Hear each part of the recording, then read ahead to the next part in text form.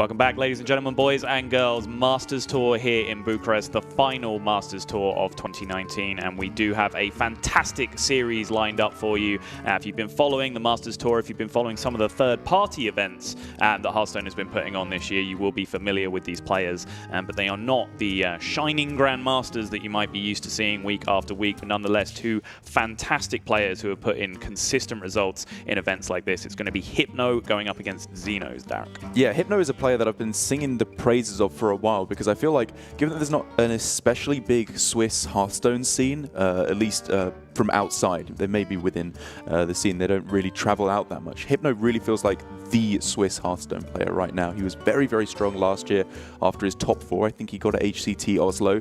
I was trying to think back as to how many games he won in Vegas before he lost, because he was top 8 in that very, very easily. And I think he went 8-0 before he dropped a single series there. And now 5-0 at another Masters Tour event this year.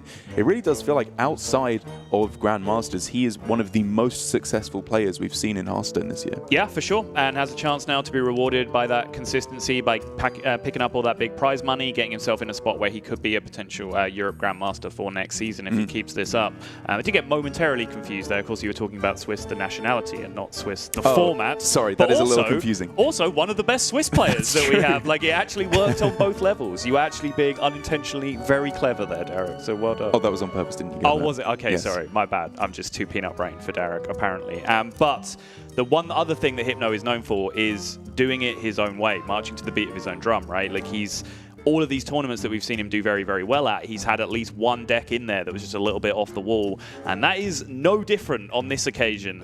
He does have the Resurrect Priest, which has been banned out in this series, but there is just a little bit of spice in his lineup where he has a Highlander Rogue available to him to be played in the series. Yes, you heard that right, Highlander Rogue. Yeah, that is a deck that, honestly, yeah, I know. Okay, this is not correct. For clarity, he is not enough of a creative deck builder to have gotten the Forgotten King into his Highlander Rogue, but nonetheless, it's a very, very interesting deck list. Yeah, I feel like Highlander Rogue is something that doesn't make sense to me. Out of all the Highlander decks, or all the classes in general, I feel like Rogue needs to be the most focused on one thing. Like, Rogue just fights for tempo early on very, very effectively and transitions that into damage the best out of any of the classes. Sure. So if you're therefore not playing 2 backstabs, 2 eviscerates, 2 saps, I feel like you suffer heavily because of that. And if you're not playing the 2 shadow steps, 2 waggle picks and Leroy in there, then you are struggling to actually transition over to damage. The caveat to all of that is, of course, Zephyrus. He can just do all of that in one card, still deliver the damage, fight for that early tempo like no other card can. But if you're obviously not finding it, you're putting yourself, I think, quite a strong disadvantage. So the one thing I will say is that, like, I took a look at the card quality in this deck.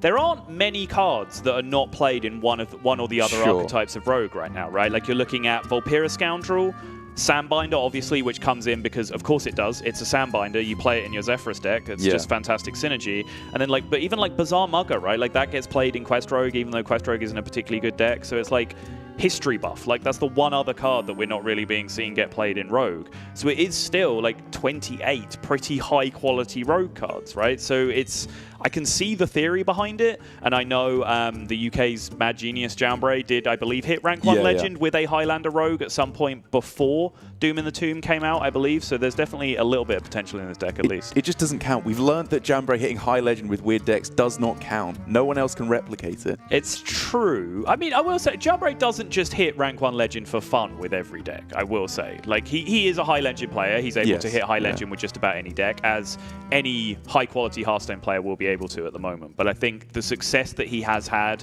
with his Jambray Shaman, which has now evolved kind of into the token Shaman that we have now, was a real marker that we have, that was a very real deck that people had to pay attention to. And I will say that Jambray is kind of hit and miss with his deck building, right? Oh, yes. Like, sometimes both at the same time, depending on who you talk to. UK Paladin was either a hit or a miss, depending on exactly which side of the coin you came down on. Yeah. It's interesting as well that you point out history buff not being a card we see in Rogue. Den, the French Hearthstone player, after I ridiculously tweeted out my top 25 on ladder, tweeted at me a top 24. with history buff in Rogue. He's playing double history buff instead of the double questing or double shark that a lot of other players have been going for. Yeah, like that 3-drop slot or Spirit of the Shark that some players have been going for is super interesting because Toast Monster and his practice group, I think, have been going for SI7 agents instead for a more anti-aggro route, as opposed to the more value line of play. So, like you said, there are a lot of different options you can go for in Rogue. So just one of each, I suppose, is not necessarily the worst way to go. Yeah, when you then get to play a Zephyrus the Great alongside all that can make some magic happen. You know, considering we've seen even in this tournament the aggro rogues that just play Myras and just have that Zephyrus as the finisher at the end. Like when you are such an efficient deck, like when you have all the efficiency that comes from the rogue hero power along with the card quality that you do have, you get into positions where you get ahead on board, and then Zephyrus is just the best finisher in the game because it's all the finishers in the game, and you just get to pick whichever one is the most appropriate. So yeah, it does make sense to me. We've focused on the Highlander rogue a lot. I will say the Res Priest being banned out on Hypno's side. Xeno has lost his token Shaman, which makes sense. Does look like Hypno's lineup, despite the Highlander rogue, does make sense as a pretty standard like ban Shaman strategy coming into this. So Xeno's combo Priest, Highlander Hunter, and aggro rogue going up against Hypno's Highlander rogue, Highlander warrior, and token Shaman. Hypno finding himself on his token Shaman. A reasonable starting hand, obviously missing the all-important Evolve, but a lot of the other cards are looking very, very strong for just a token-based strategy. But Xeno has in hand the one card that just absolutely obliterates any token strategy you want to go for. Yes. I said multiple times. Well, I said for a while that no one has ever won a game of Hearthstone when spending 4 mana on Vendetta, and then Orange deliberately spent 4 mana on a Vendetta to make me look stupid during Hearthstone Grandmasters. So I had to give that one up. So now I've switched to Quest Shaman has never beaten a Desert Spear on 3. It's strictly true. Yeah, and this is not Quest Shaman, however. There is a lot more potential to overwhelm even a Desert Spear in one turn. Like that is very possible for this deck to do. But against Quest Shaman in particular, like that Desert Spear just means that they essentially do nothing for the first 3 turns of the game when you get that thing down. That's right, because you can kind of make the argument a lot of the time, I think if the Hunter's playing poorly, that they end up adding more stats to the board if they're just leaving the 1/1s floating about that come off the Desert Spear. But I think the strong Hunter players will realize that for the early turns, they want to keep the board as empty as they humanly can, because it's when they transition into, as we can see here, Unleash the Beast, Brand, Zul'jin, that honestly the Shaman just can't keep up. Even with their big explosive turns, what the Hunter is doing is so powerful. Xeno here, his version of Highlander Hunter is one of the 2 versions that I prefer, generally just not the secret version, and I'm a happy boy. This is just kind of the more slightly beast-focused, more generic minions in the early game. The other alternative being, I guess, the mech version, the Zalay Hunter or Muzzy Hunter, or whichever you want to accredit it to, since one of them had the guts to bring it to Grandmasters and the other one didn't. How long has this version without secrets been a deck for, the one that Xeno's playing? Pretty much since I believe Zalay didn't like Highlander Hunter because of the secrets in general. Saw this version of the deck and then went, oh, what if I do this but with mechs? So it was a little bit before Zalay Hunter, I believe. Right. Because I only found out it existed like 2 days ago. I honestly don't think I've ever missed a deck so heavily as this one. I just saw a list without secrets and I was like, what? Don't you want to play a 5-mana Ultimate Infestation in your deck in Subject 9? Yeah, Ultimate Infestation actually drew you good cards, though. That's the difference. I don't think secrets are that bad. I mean, they are terrible, but... They are terrible, but I don't think they're that bad. Yeah. Yeah, okay. Ooh. Sorry, hang on. I'm trying to learn. This is where I'm supposed to say something even stupider, and then we go down the rabbit hole. Is that what you were telling me yesterday? Now you get it. Okay, all right. Now you're thinking with big dum-dum brain. Nice. Derek's favourite card, Spirit of the Frog, coming into hands. It's pretty nuts here. If you're on the coin, and you have a lot of other cheap spells to go along with it. Because, well, the unsaid thing right now is the Hypno can go Frog, Coin, Voltaic Burst, Double Mogu Flesh Shaper, and just explode onto the board. Yes. If you wanted to do so. But you obviously have to be very hesitant to do that without a Mutate or Evolve effect, because that is the real meat of the deck, is being able to do that.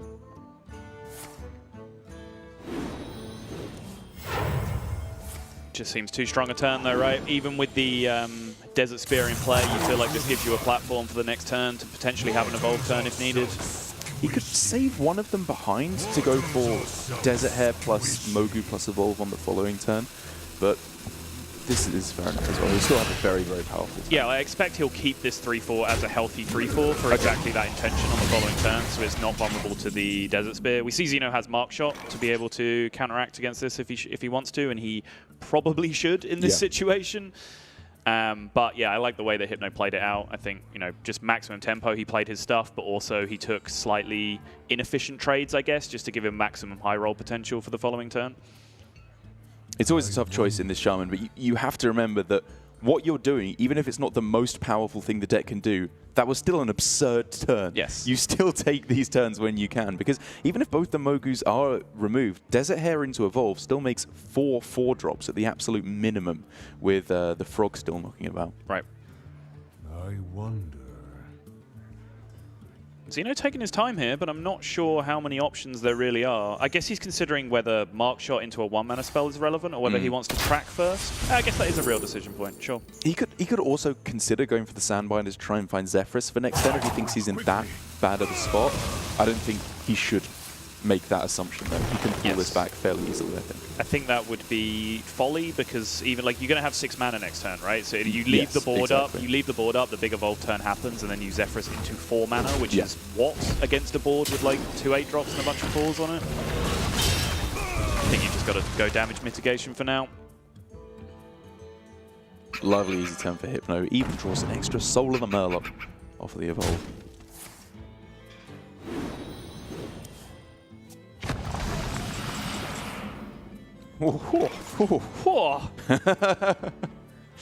That'll do. Big lads. Yeti 6536. Water Elemental, clearly the premium 4-drop, since it's the one you get on an empty board from Zephyrus. Clearly the biggest indicator of what the best card in the game is for every slot. Yeah. I will give you £1 million if you can name that card. I cannot. It was a very safe bet, Derek. Well done. You have exposed my lack of card name knowledge. I'll give you £1 million if you can name that card as well, honestly. Is that Void Analyst? No, I was pointing at the Water Elemental. It was a joke because... Okay, I see. Joke's on you, though. I'm poor.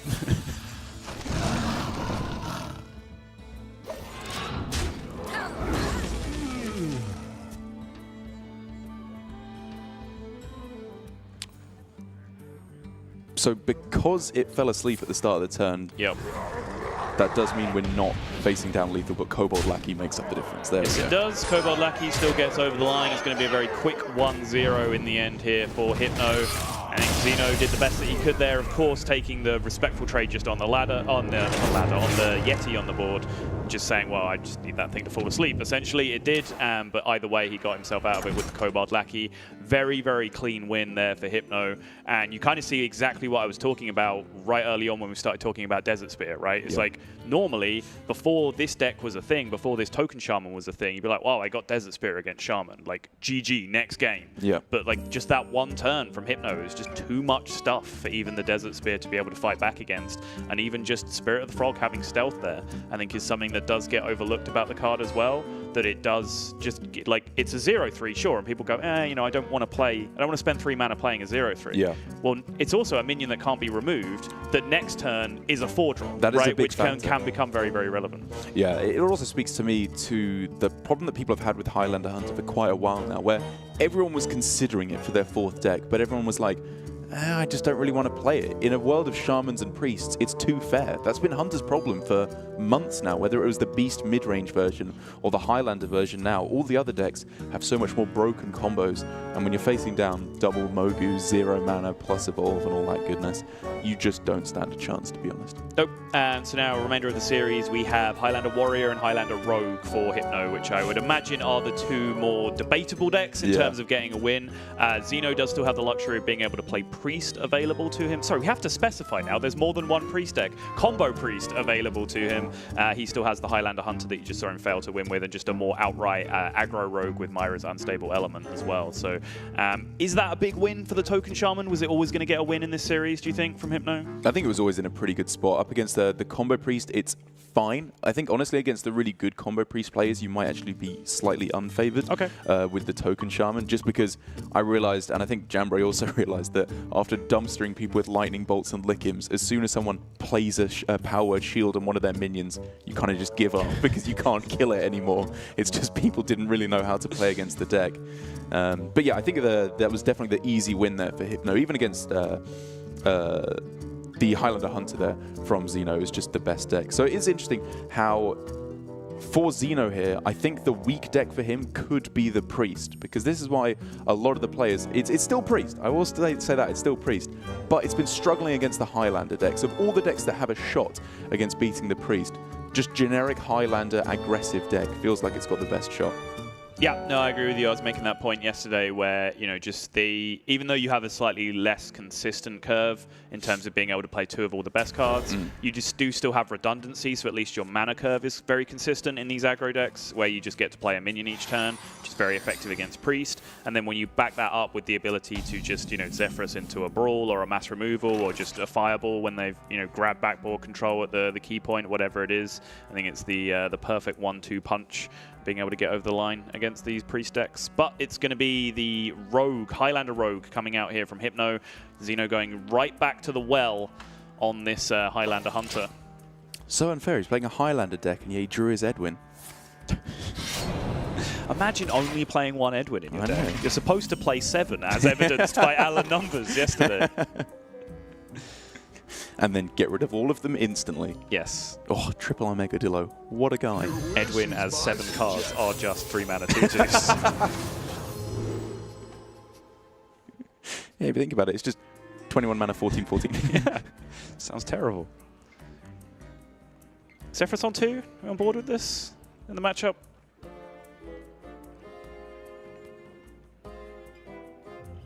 Sure. I mean, like, against Rogue, you're looking for an answer to Edwin is the real disaster that can go wrong, but they're on the play as opposed to the coin. Yeah. An Ooze can be very nice against a Waggle Pick, but it's often not necessary because this is slightly less streamlined for damage directly to the face. So I think because he doesn't want to go coin Houndmaster, given how weak the rest of his hand was, I'm on board with it. You look surprised at this singular card 3 mana 2/2 no, don't being make played. the joke too easy. Low-hanging fruit, we don't take those. I'm interested in the wild growth as well from Xeno. I think it does make sense with the hand that he has, just being able to curve very quickly into Emperor. That's the one. But beyond that, he doesn't really have like huge resources in his hand to be able to pay this off, but he's just going to trust the rest of his deck to pay it out. He does have a good amount of late game piled in here. Even taking the downwards value trade there in the 3/2 into the 2/2, I think makes sense against Rogue. They just have too many of those cheap little tricksy removal pieces early on. You don't want to start letting them go face. It also depends how you want to look at it, right? Like, he killed his 3-drop with his 2-drop, if you want to look at it that way. I guess so. His 2-drop drew him a card as well, so like that is a pretty sick trump trade where I come from. So the conclusion is Zephyrus is a good card. Yes. Brilliant. Next point. The hot take analysis. Oh, Toxmonger on the wrong side of the board. That would be insane for Xeno right now. I guess we'll just have to get Springport off the Bazaar Mugger.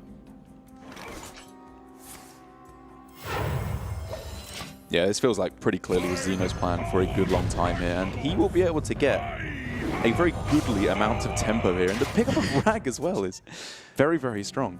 It was, yeah, absolutely probably the best draw in his deck. Like, Call of the Wild, maybe. Zul'jin, maybe. Tiamat, maybe. But, like, yeah, Rag off the top there just gives him, like, 1 turn here to win back the board with his Houndmaster Shore and all the discounted stuff that he's picked up.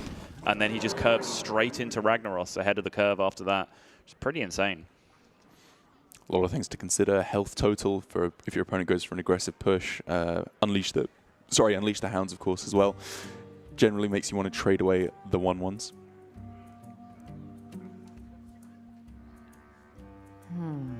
But I think honestly here, I like tanking it with the face hit. Do you really think your opponent will not be able to kill the 3/3 because you trade in the 1/1 so they can't unleash the Hounds to kill it off? I think it's more likely that a 1/1 is useful. Yes. I would look at it the other way, and like, we haven't exactly made the sickest questing adventure of all time here, so like 3/3 is likely to get answered, and then you just want to have other minions in play because Xeno will be forced to focus on that questing adventure, so your other stuff might get to stay alive. Yep.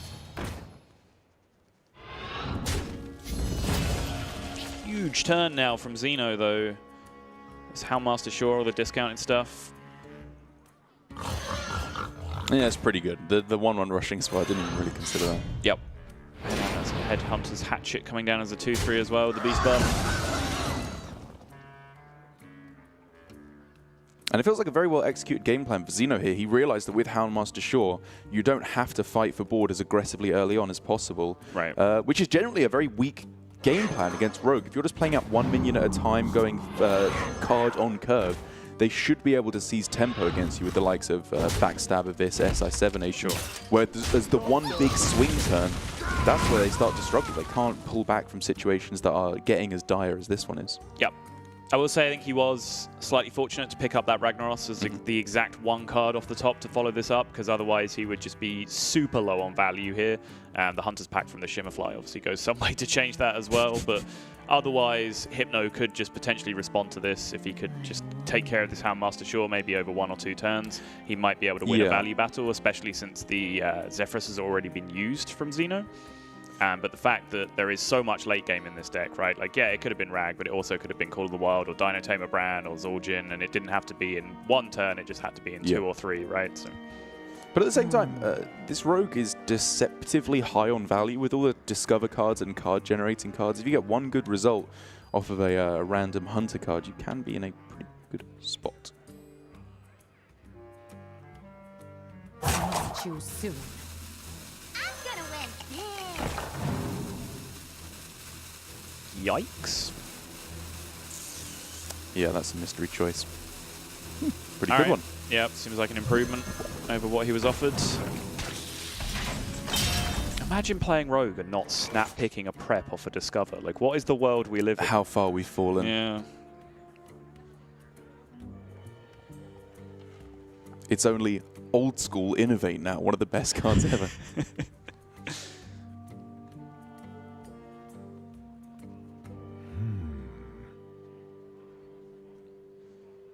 Don't know why it's taking him so long. Play the Rag, rush it in, go face. Oh, Derek, you simple creature.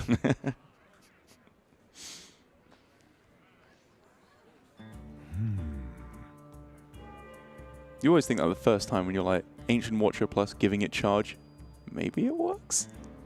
No. I did. I quite clearly understood what the words can't attack meant. I don't know. I don't know the meaning of the word can't. I move quickly. Which is why I'm so bad at Hearthstone, because I lack basic literacy skills. Also, basic numeracy skills. They're just a complete package of incompetence. Yep. Would have made a great teacher.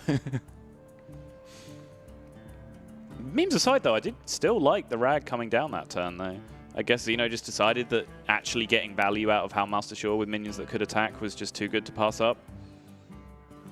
But Xeno floated a mana here, and he had the opportunity to spend 7 and put a big boy into play. Mm.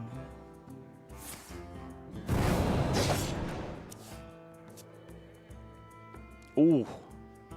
The backstab draw, though. Does make you wonder a little bit what his plan was as to why he didn't shiv the 3-1. Because I get that... I feel like he was always going for the Vendetta on the shore and then Bazaar Mugger rushing into the shore.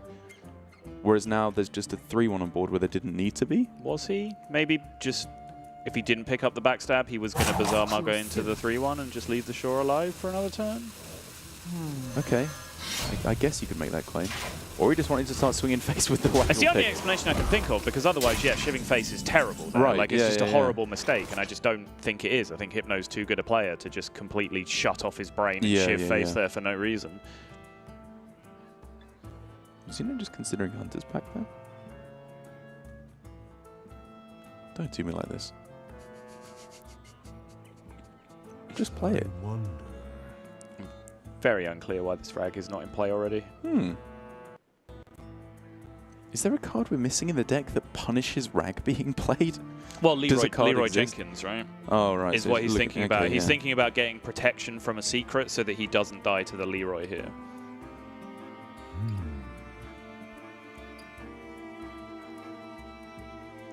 That would represent 16 damage on the next turn if Leroy is one of those 2 cards.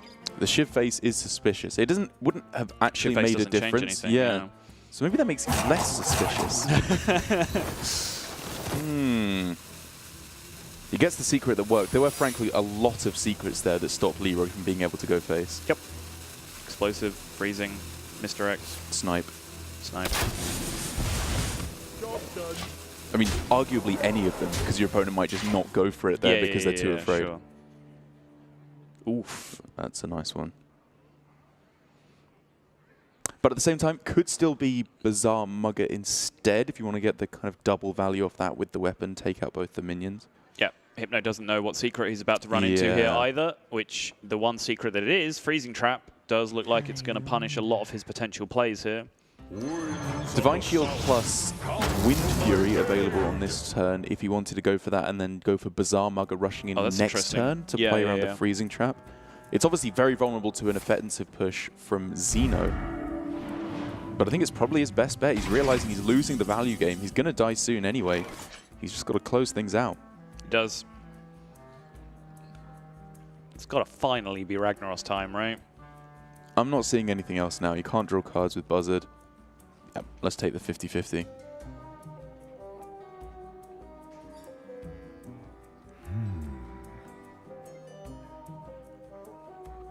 I think, honestly, a very strong setup from Hypno. The only thing I'm confused by is still that Shiv. I just don't really have any idea what his game plan was with that one. So he's trading the Ursatron first to try and pick up Ziliax, in which case he would play the Ziliax instead of the Ragnaros, because that is completely secure to not be dead this turn. That seems smart. But now having missed on it, I think we are back in Ragnaros country once again. I think so too. 50-50 for the game right now. Oh, it's been a while, but these are the faces of players who are getting well and truly esported by Ragnaros the Firelord. Still a lot of generation that can come down now for Hypno. He gets the lock and load. Okay. Do you remember when people thought that card was going to be good? There were like memes made about how good that card was going to be. What? Yes. It is a relic of times gone by, how simple we were. Fair enough. Needs a lot of help here. Thinking deadly shots? Okay. So what has he played this game? Backstab, Vendetta, Shiv. Yeah. Is that about it? It's not much, is it? Feels like about it. Yeah.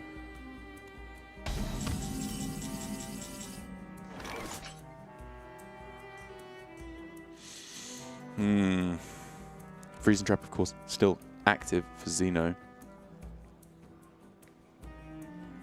He can't guarantee himself lethal anyway. He can go for a 1 in 3 with just Call of the Wild on this turn. Yep.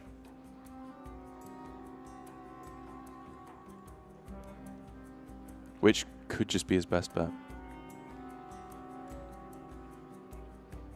Does have a reasonable Zul'jin as well, I believe. Although actually no, I think the Unleash the Beast was last game, right? That he played. Yeah, okay. And this way, I think if you go face, you either win the game, and if you hit either of the 2 minions, pretty sure that's enough to protect you. Because it would have to be Leroy backstab eviscerate exactly to win the game. Right. Oh, sorry, Leroy shadow step eviscerate exactly to win the game.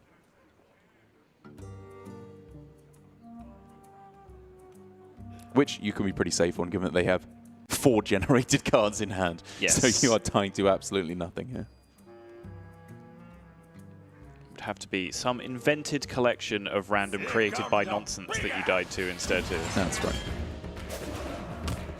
So I don't think there's any huge high impact spells that I'm forgetting about. I thought I was going on the Huffer then. That would have been a pretty good start. Okay, so there is an Abyss. Oof. That's not the boy. Don't think there's any hope from here unless there's a lot of spells that I've forgotten about. Nope. That is not cutting it for Hypno. That is just lethal. Yeah, just dead on board. Anytime you're ready, Xeno. As I said, just dead on board. gotta love them. You gotta love Hearthstone players sometimes, right? They're so smart, but at the same time, they're just so dumb. One more time for posterity. There we go. Just dead on board. There we go. All right, we got there. Xeno squaring Double the and triple series up. checking. 1-1. Hypno getting defeated there on Anduin the Rogue on his side of the board. However, it's the Highlander Rogue looked a little bit suspect there. As much as I said, and I stand by, that like the card quality is fine in this deck, you could see that there was kind of a mishmash of styles where he started doing like very aggressive things, like Waggle picking the face, but he had a Bizarre Mugger in his hand, right? Which isn't a card that really supports that strategy. That's a grind you out value-based card. That's a Quest Rogue card. So there is still that little mishmash where you have to play, you have to borrow from all the different schools of thought in Rogue to be able to put together that kind of deck. Yeah, I think that the builds of Rogue at the moment are still in that kind of awkward transitional phase where players are still not quite sure whether to go for the more value routes of play. Like we were looking at a list that cut Waggle picks and had questing adventurers instead, whereas a lot of players are still going with the Waggle picks instead. I think, as always, with Rogue, it will transition to a higher damage route. It's just, since the dawn of Hearthstone, been the better way to play Rogue. So I think here, that's really just my biggest problem with the Highlander Rogue, is it just doesn't make that transition well enough from fighting for board early on. You know, he had board control there, Hypno, at the start of the game, but it just didn't translate to a win. And on reflection, having seen how the game panned out, do we like the reservation on the Ragnaros play from Xeno? He was holding it back for a couple of extra turns? I think it was okay either way. It was really just trying to mitigate any damage whatsoever through to face, which probably was a good realization. That was the only way he lost. Okay, fair enough. Still plenty more action in this series to come. Tied up at 1-1 right now. We're going to take a very quick break, and we'll be right back with you with the conclusion of this series.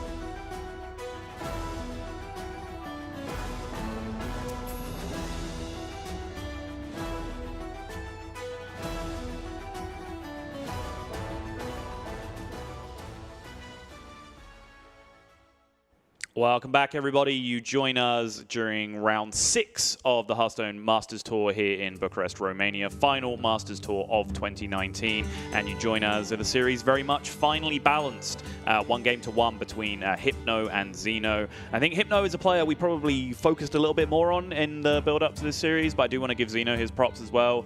Recently put in a very strong performance at the Battle Rift Finals event that was held at the Take TV studios. One of the few sort of third-party Hearthstone events we've really seen on a large scale recently. He's a player that Lorinda and Falcone were telling me like they got to know being casters for that event. Were very impressed with the way he played.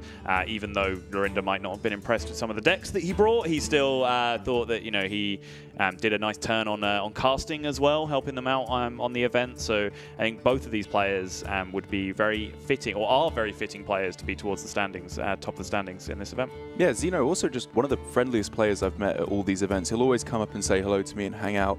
And I think, given that this is basically, as we've said many times, a qualification for Grandmasters, if you can win this tournament, it's a little bit of an oversight, I think, that there are no Polish Grandmasters, given how incredibly passionate they are and how close-knit they are as a community and how strong a lot of their players are. We see Dawido had a great year last year. Obviously, A83650 is the real standout player. Yep. But even Xeno, I think, is a very, very strong contender, as he's boasting here with a 5-0 record. Yeah, it does feel like, you can go back, through different eras, through different generations, I guess, of Hearthstone players. And there's always been like 1 or 2 Polish players who have been right up there amongst the very top. And that is still very much the case right now. Not something that I had really considered, that we are missing Polish representation in Grandmasters, if you want to look at it like that. But I think you make an excellent point. Getting into the next game, though, it is the Highlander Warrior from Hypno. As we can see from the Soundbinder there. It's a deck that you definitely want to be getting ahead on the board at the start of the game. It's generally the way you're trying to win the matchups, because it is primarily an aggro deck. But it does transition, I think, pretty well into playing reactively if you fall behind. Sure. You like the coin 2 into 2 curve here with the Eternium Rover available? Felt like having to play Fright and Flunky here as your follow-up second 2-drop is slightly underwhelming to me. Especially as he had coin 4 into 4, and Wrench Caliber's like not a bad card at all to play against Rogue. Right. And even, I mean, we're getting very deep into potential curves now, but like even if you pick up a 3-drop and you play a 3-drop and you then just end up playing Soundbinder on 4, you then have coin Siamat sometimes available to you, which can be incredibly powerful. I think I agree. It seemed like a strange way to play out the hand to me. Especially as if you think about the fact that Rogue plays like 3-mana 3/3s a lot of the time, with the Blink Fox that we see there as well. If you go 1-3, 2-3 in Rover and then Armani Berserk, you have the coin Wrench Caliber to take that out on curve as well. I think that was definitely not the curve I would have taken. Especially as if you don't find anything better, you have to commit the original sin of Highlander Warrior in pressing the hero power. Yes, someone press charges against this man immediately. This is an illegal Hearthstone play to float mana with Highlander Warrior. Yeah, it's pretty horrible. Meanwhile, Xeno, all the options on his side of the board. He's got something to cook in him. He has been, with a very aggressive hand already, essentially all of his generation here has just given him more aggressive options. Like, he's been given a Frothing Berserker, which is kind of rivaling the Questing Adventurer he already has in his hand in terms of power level on an aggressive 3-drop. And then Temple Berserker is probably the most aggressive Reborn minion that you can be given off a Pharaoh Cat. Worked out pretty nicely for him. If only with all this aggression that Xeno has, Hypno had some way to gain 2 health every turn. He doesn't. He actually just doesn't. It's illegal. And the Waggle pick as well. This is almost the point where you can already just say, okay, I give up board control, even though he's winning at the moment in terms of board control, and just go Waggle pick phase, set up for Leroy phase, and move towards lethal. Not quite yet, of course. I mean, I think it's something to consider. He has 8 damage from 2 Waggle pick swings. Yeah. 12 damage from 2 Leroys. That's 20. Eviscerate 24. His opponent's at 25. He has a 1-2 attacking on the board. Next game. Yeah. I know you did say earlier that you were lacking basic numeracy skills, but there you go. Let me explain that one for you. This just adds up to lethal. I do like the no attack here. This is maximum flexibility, though. Gives him the opportunity to pivot or divert if he starts to see defensive options, because there are several of them in the deck, right? Oh, yes. Not to mention just every taunt minion that's in there, but you can already see in hand Eternium Rover and Ziliax, and the combination of those two cards possibly as well, plus the natural hero power button, which, memes aside, Hypno might find himself pressing once or twice at this point in the game. So Xeno knows that if he doesn't pick up extra damage, he might still have to use this waggle pick for board control in order to get more repetitive minion damage to go through. Hypno definitely looked like he was starting off with the Bloodhoof Brave, which gets a little bit more confusing when you consider like the waggle pick and the reborn minions swinging in. But I think with the way it actually physically plays out, he pretty much has to take a swing on a chance of hitting a reborn minion, which is obviously a terrible minion to bounce, or at least not good.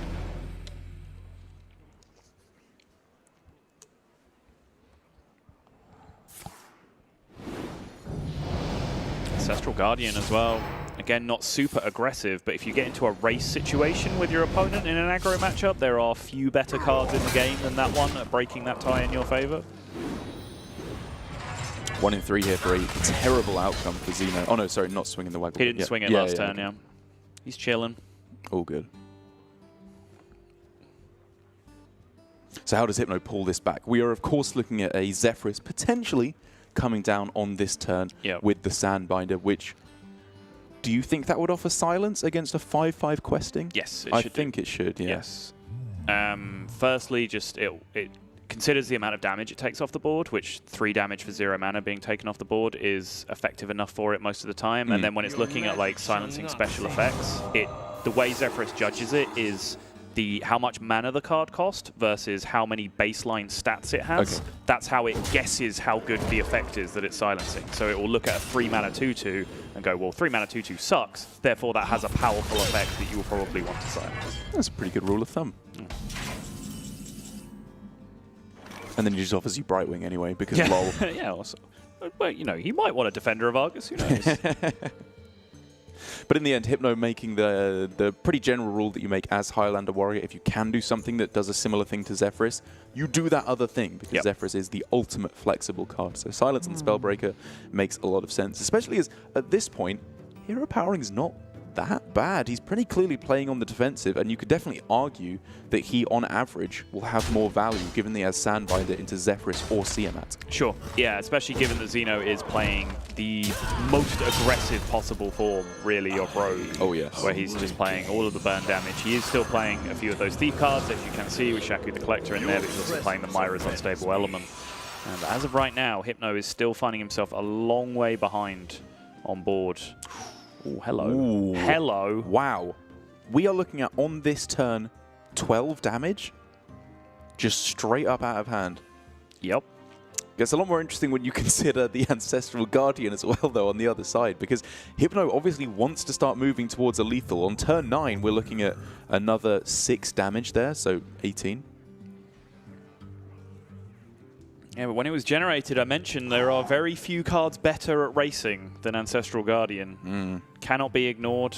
Stabilizes in this position. So now Hypno has to start considering clearing options. So like he could just use Kor'kron Elite this turn to start taking value trades and then duplicate that with Bloodsworn Mercenary. Right. Alternatively, he can go Ziliax on the following turn, trade into something, inner rage the Ziliax, and then copy the damaged Ziliax to kill something else. There's a lot of different ways he could also use this hand to like try and fight back and get board control. I think this does make sense though. Just the Guardian is the #1 problem right now, and this does give Hypno maximum options in terms of like trying to set up lethals for himself on following turns still. Yeah, I think it's a pretty good middle of the road play where it still sets up for aggressive options potentially, although it definitely limits them. But Hypno also making the realization, although that's the flashy play, doesn't mean it's the right line at all to go for some kind of a burst lethal. He can just keep fighting for board control here pretty effectively, especially now that he's back up to above full health.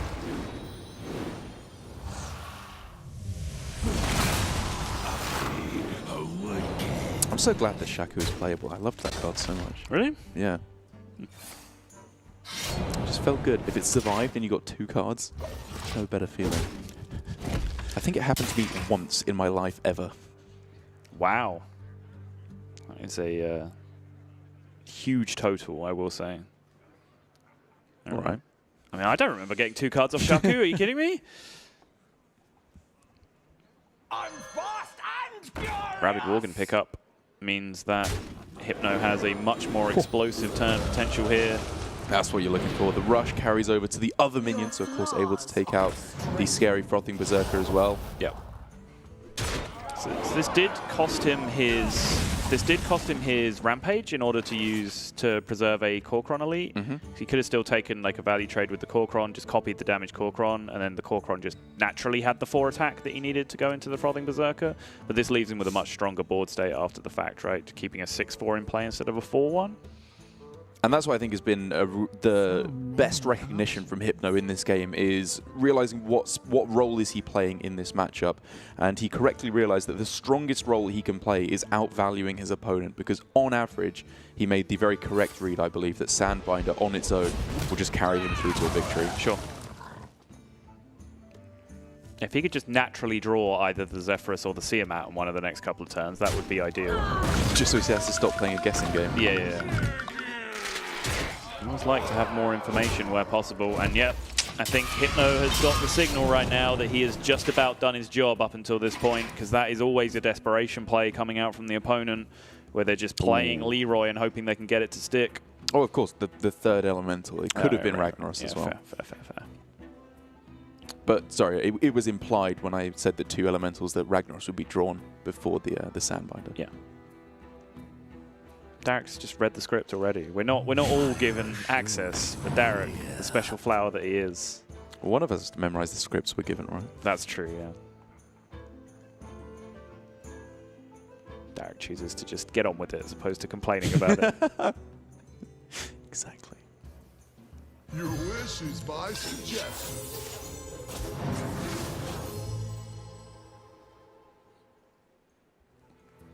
Kind of just into the Edwin, honestly. Yeah. I was considering that as well. We just take a 6/6 here because, you know, I guess given that it could trade it. Yeah. It's just either of the 2 cards killed the Leroy, essentially. It's just the Edwin who's slightly more BM.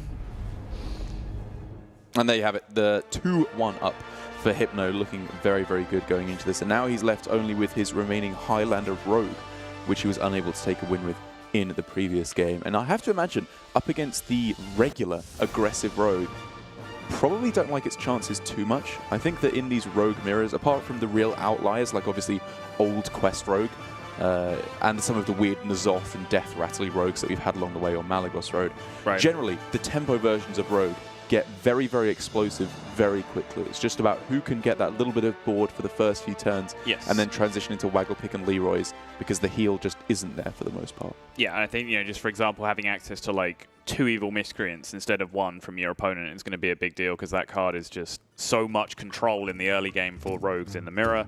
I will say that like maybe the ability, like usually the reason why like a slower rogue is often weaker against a more aggressive rogue, like, you know, when people played Miracle Rogue and like the best deck in the game against it was just like the turn 6 rogue, the aggro rogue on the other side, like you just could not lose that matchup as the aggro rogue.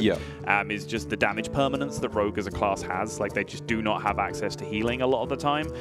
But that's again one of the huge benefits of playing a Highlander deck, is that any weakness your deck has can be plastered over by the Zephyrus that is in your deck, that can find you solutions to problems that don't really exist in your class a lot of the time. Could definitely be the difference maker. On the other side, I was just checking as well for Xeno. He is playing double Hench Clan Burglar, which is a huge difference in the mirror for it, if it comes down to that, because you are able to actually activate your Vendettas, whereas pretty much all the other steel cards in the deck are only copying rogue cards from your opponent, which makes things a lot harder. So that could be the difference maker for him, to be able to swing that tempo in the mid game and transition through to face damage. But on the other side, maybe he won't even be playing that, and we will just see the Priest up against the Highlander Rogue instead. Xeno is going to take his rogue up in the mirror, and this does make sense to me. Like I generally do believe that like Hypno's strategy here coming into this, like it might be flawed, it might be folly. I know there's been several players in the tournament that have tweeted saying, I've had this lineup where it was ban Shaman, target combo priest, and it has not worked out for them. But I think Hypno is on something similar, where 2 Highlander aggro decks, the Resurrect Priest is certainly capable of just completely walling out Combo Priest if it does at least stabilize until the late game. And of course Token Shaman as well, even though we had that slight debate earlier about how much of that perceived win rate against Priest has carried over. Now people understand the deck a little bit better. I think it's a decent lineup to go to have a Priest target on it. So it makes sense to me that Xeno is perhaps potentially dodging that matchup for the time being. Getting into things though, Xeno mulliganing away the Hench Clan Burglar and the Vendetta. It seems like a pretty clear combo of cards that you have in your hand to swing things back in the mid-game. But I wonder if he's just looking for a little bit of earlier game punch to start going on the aggressive right from the start. Sure.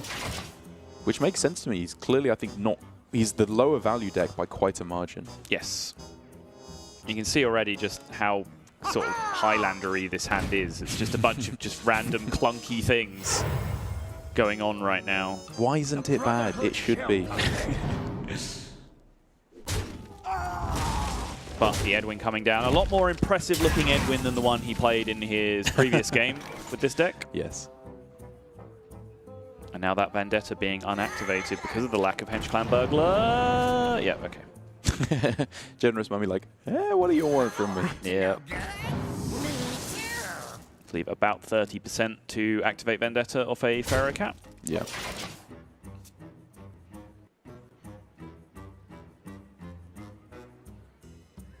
And he could have gone for the line of questing plus Pharaoh Cat to try and hit the Vendetta if he was feeling like he's in a really bad spot and needs to try and wrestle things back. But I think I can agree that on average, he's not in that bad of a position, and given that he gets 2 1-mana cards in his hand, he can set up for a better questing later on. Agreed. I think for the time being as well, he can just be reasonably happy just racing this Edwin from a turn or two, because he knows his opponent just doesn't really have the consistent damage to back this up. And we saw in the previous game exactly the thing I was talking about, where he had aggressive cards like Waggle Pick and Eviscerate got used, but Eviscerate was used for board control, and then backing up the Waggle Pick was a Bazaar Mugger. It wasn't a Leroy Jenkins or a Life Drinker or an SI7 or anything like that that can actually push damage and secure lethals. So even if Hypno does get off to an aggressive start here, there is a chance that he gets bogged down, even from Xeno, who can't see the hand that we're seeing, that we can see is a hand that's going to get bogged down fairly quickly.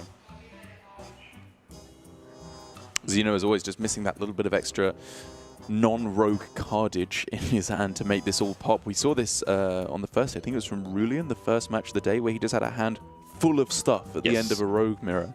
And you were just wondering what happened. Why couldn't he get rid of these cards in hand? Primarily because none of them cost 0. Yes, that does hurt things somewhat. It is a pretty juicy looking sap. Don't think there are too many ways. I don't know how much of this is my caster vision. In fact, I'm looking at a very... Ooh! Excuse me? Hold on just a moment.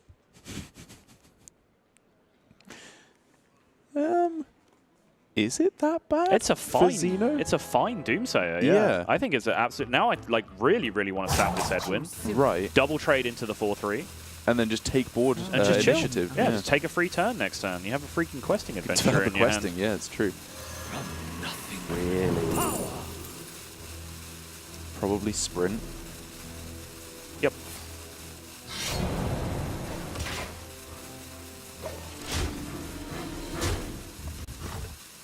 Huh. So this is a different way of utilizing the effect of Doomsayer. He had 2 real choices there. One was the sap, to try and force his opponent to clear it off, and if he can, then he's got a decent amount of stuff on board. If his opponent can't, then he has board control going into the next turn.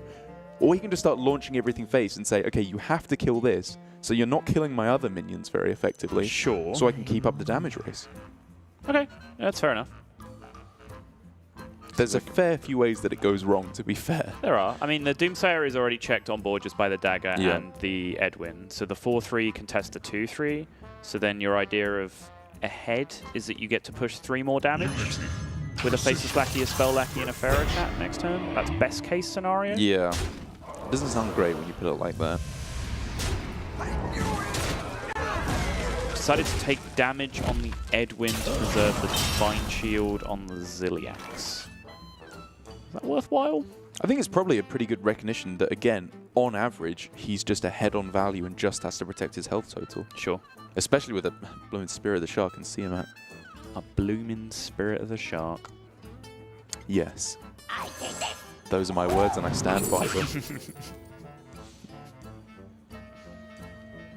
Liking the look of Execute quite a lot.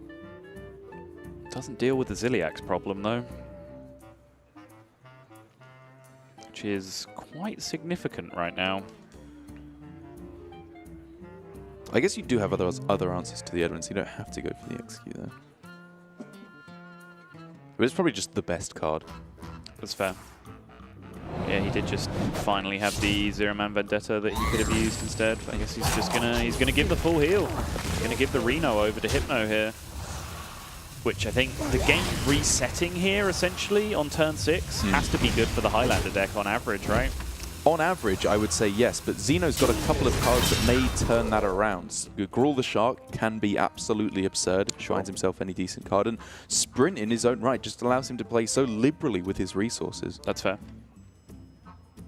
Of course, the Generous Mummy is, for the most part, just not a card. You cannot play that against Rogue. Yeah, I think against Rogue is a very important caveat there. Like, there are some positions where you will play it and just a 5/4 Reborn that hits your opponent in the face very often is a valuable resource. Do not get me wrong, that card is absolutely trash tier, unplayable, one of the worst cards to ever exist. Yes. But there are situations that you do have to recognize when it gets generated that it is a good play, that you can play it and actually be aggressive with it. Rogue, no. The combo class, no. You don't make all their stuff cheaper. That's just not a good plan.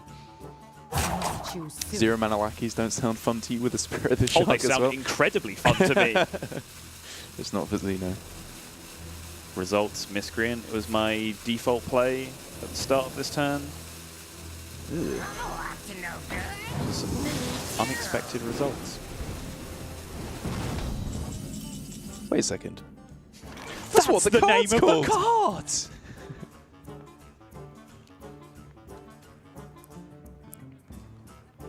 So, obviously, again, Questing Adventurer is playable on this turn. And I wonder if I'm too much of an advocate of just throwing it out on the board early on. Because if you can just make your opponent answer it on a turn, no matter how much mana they have to commit to it, it's annoying. And I feel like for Xeno, it's unlikely to be a win condition at any point for him. It's just a disruption for Hypno's game plan. I did, back when Questing Adventurer Rogue was last a thing, maybe this was 2 iterations of Questing Rogue ago. It was still Questing Miracle Rogue with Gadgetzan Auctioneer. It was about the 17th consecutive Rogue deck that Casey had claimed was the nuts in any given meta. And back then I was streaming quite regularly. Casey, of course, Complexity teammate of mine, and I invited him like on stream with me to essentially help me out with this Rogue deck, right? Like, you know, from one of the best Rogue players in the world. You know, just give me a little bit of coaching on how this thing worked. And it's one of the things that I did learn very quickly is that Casey was incredibly liberal with just play a Questing Adventurer on the board. And as soon as like I started doing it and started seeing some of the situations, I was just like, yeah, okay, like this is just like a mini Fandral Staghelm or Emperor Thaurissan that like even if it dies, my opponent's turns suck because they spent the entire turn killing my Questing Adventurer. And if you don't do it when you're even, like, sorry, if you don't do it when they don't have anything on board, you end up playing it in positions like this, where they do have a load of stuff on board. Right. And then it always just dies. Right. Which is why just rewinding all the way back, I really liked the just have the Doomsayer go off plan and just play your Questing Adventure on the turn after. That was definitely where my head was at that turn.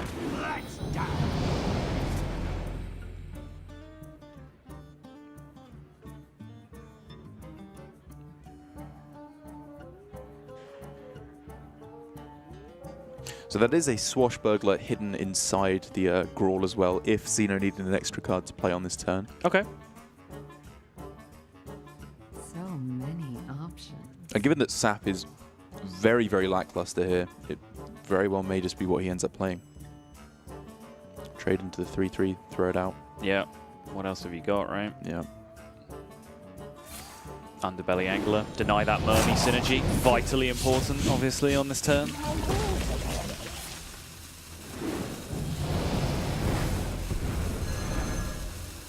So he's just going to keep his 3/3, though. It's fair enough. It still makes it difficult to answer the questing here. It does what we've been talking about for a while. Wow. The actual Zephyrus draw is huge because he was very limited on options if he had to spend the 4 on the Sandbinder to pick it up first, which he absolutely didn't. Like, he has very clean plays to deal with this board state just naturally. With Siamat in hand, with Restless Mummy in hand, like he has several ways to be able to interact with this. Seamat, of course, would give him all 4 options, but Zephyrus gives him 2 of the perfect card here. Yes. Okay, that's pretty filthy. So he's trying to decide, does he want 2 expensive things that he can play over the following turns, which is what he would get if he just played Zephyrus, or does he want 2 cheap, flexible things? And I'm certainly in the cheap, flexible camp. As am I. Zephyrus, however, is not. No. I'm not exactly sure what this is. Gladiator's longbow. Takes it. Ghost face.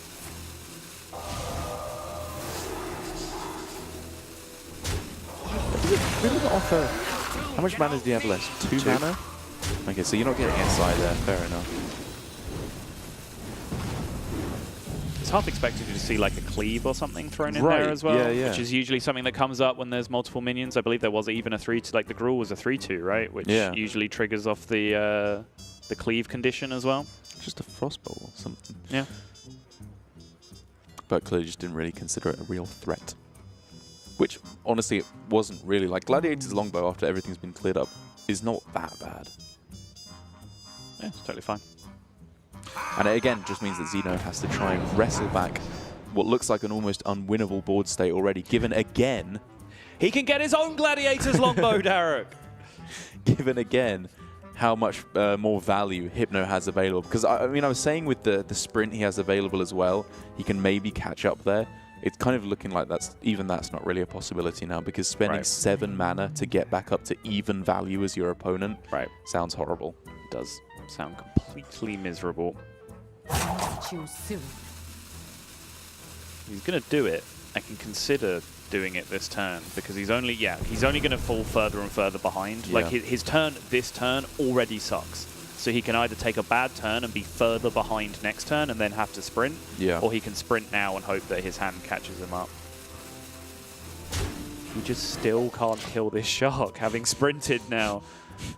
This is not going to end well for him, is it? Yeah, I mean, he had the Stolen Steel, so he could have gone for a weapon to activate a Vendetta, but that's 1 mana too much to even play the sprint on the same turn. So, yeah, there was no real answer to the shark on that turn. Wait, what? He doesn't even have a Vendetta. If he'd drawn it, What on earth are you talking about? If he'd drawn it, I'm going deep down the rabbit hole. Okay. Here. Oh, I see. So Stolen Steel to get a weapon, then sprint to draw a Vendetta. Yeah, but it was 1 mana, which was too much mana. If he hadn't, if he hadn't played the 1/1, he wouldn't have had it. Good talk, Derek. Really, really enjoyed it. My brain is a hellscape, in case you weren't aware. To live is to suffer, as Derek Brown. So many options. You must be very pleased that you just have a nice, supportive, friendly guy in Raven as a casting partner. I am. Yeah. He's a good friend. You're not going to get me with your cynicism here, all right? Our friendship is pure.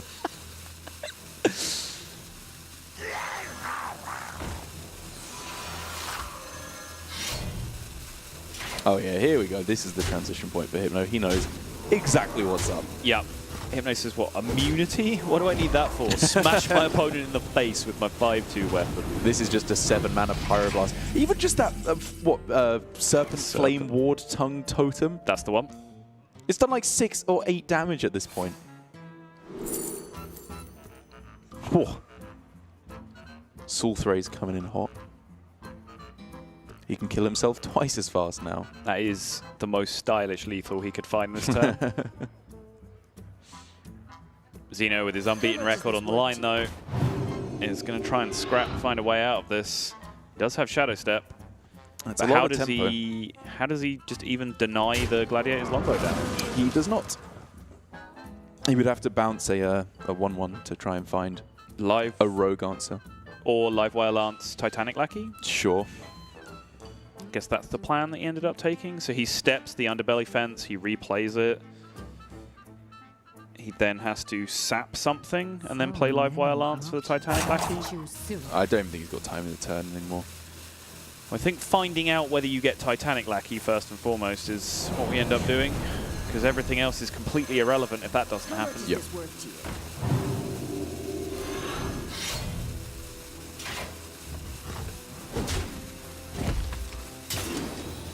And Okay. Still dead. Still dead, but as far as he's concerned, he's having a much better time than he was 15 seconds ago. And is about to get the bad news that he's having a significantly worse time again. Just like Derek when he switches from casting with Raven to casting with me. Couldn't have put it better myself. 5-1 though for Xeno now. A very respectable score. Still in contention, undeniably, for top 8. But Hypno, definitely the man of the hour, going up to 6-0. This is just Vegas all over again. He is one of the best Masters Tour performers of this year, bar none.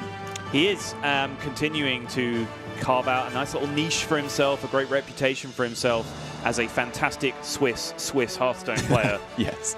Getting the job done yet again, 6-0 record.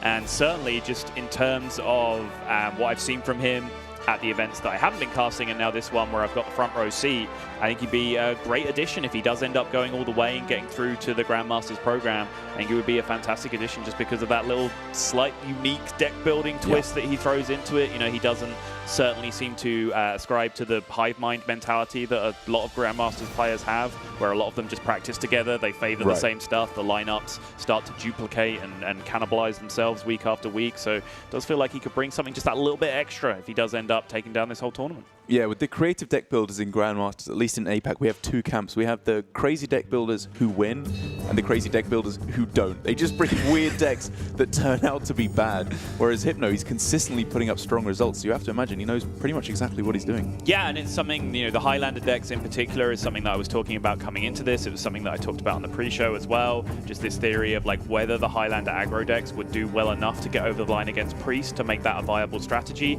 I will just say, in the interest of balance, that I have seen a lot of tweets, like I want to reiterate this point, like I brought Target Priest to this tournament and it did not work.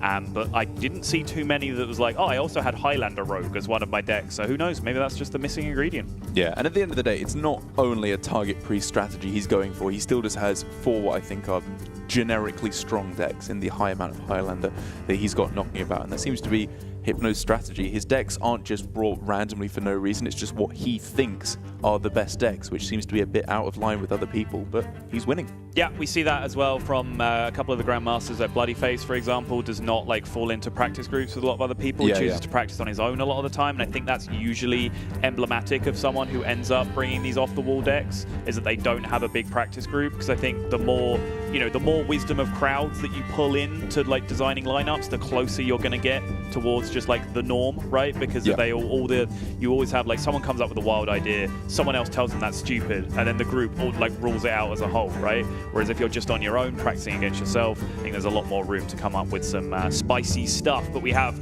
plenty more spicy Hearthstone action coming up for you guys. We are in round number 6 currently of Swiss. I believe Falcone is standing by to be able to walk you through some more of these REM games.